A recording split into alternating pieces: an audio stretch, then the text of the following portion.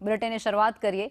સુરતમાં drugs lab ઝડપાવવા મામલે મોટી કાર્યવાહી કરાઈ છે, જેમાં માસ્ટર માઇન્ડ જનક જાગાણીને ભારત પરત લાવવામાં આવશે, જેમાં લુકઆઉટ નોટિસ જાહેર કરવામાં આવી છે, જેની પ્રતિક્રિયા પણ હાથ ધરવામાં આવી રહી છે। જનક હાલ લંડનની અંદર હોવાનું સામે આવ્યું છે, ત્યારે બ્લુ ડ્રગ્સ કેસની અંદર સુરત એસઓજી દ્વારા આ પ્રક્રિયા હાથ ધરાઈ છે, જેમાં વિદેશમાં રહેતો જે આરોપી છે તેને હવે ભારત ખાતે લાવવામાં આવશે।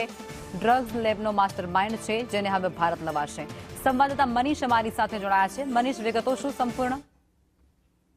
વાત કરીએ તો થોડા દિવસ અગાઉ પૂર્ણા વિસ્તારની અંદરથી ડ્રગ્સની આખી લેબ પકડાઈ હતી। તેનો માસ્ટર માઇન્ડ છે તે જનક જાગાણી છે અને તે પોતે લંડનમાં બેસીને આખું જે સ્કેન્ડલ છે તે ચલાવતો હતો। સમગ્ર મામલે એસઓજી પોલીસે તેને વોન્ટેડ જાહેર કર્યો હતો અને હવે લંડનમાં રહેવાથી તેના વિરુદ્ધમાં લુકઆઉટ નોટિસ પણ જાહેર કરવામાં આવી છે અને કાયદેસરની જે પ્રક્રિયા કરવામાં આવી છે તે હાથ ધરવામાં આવી છે। વાત કરીએ તો જનકને ભારત લાવવા માટે જે એસઓજી પોલીસ છે તે કાયદાના સકંજા લેવા માટે આંતરરાષ્ટ્રીય સ્તરે પણ તપાસના જે ચક્રો ગતિમાન કરવામાં આવ્યા છે અને નોટિસ પણ એક પાઠવવામાં આવી છે। એટલે જે સુરત શહેરના પૂના વિસ્તારમાંથી જે કરોડો રૂપિયાની જે ડ્રગ્સ ફેક્ટરી પકડાઈ હતી તેની અંદર જે માસ્ટર માઇન્ડ છે જનક જાગાણી તેને ભારત લાવવા માટે જે એસઓજી પોલીસ છે તે જે કહેવાય કે આંતરરાષ્ટ્રીય રાહે હવે ચક્રો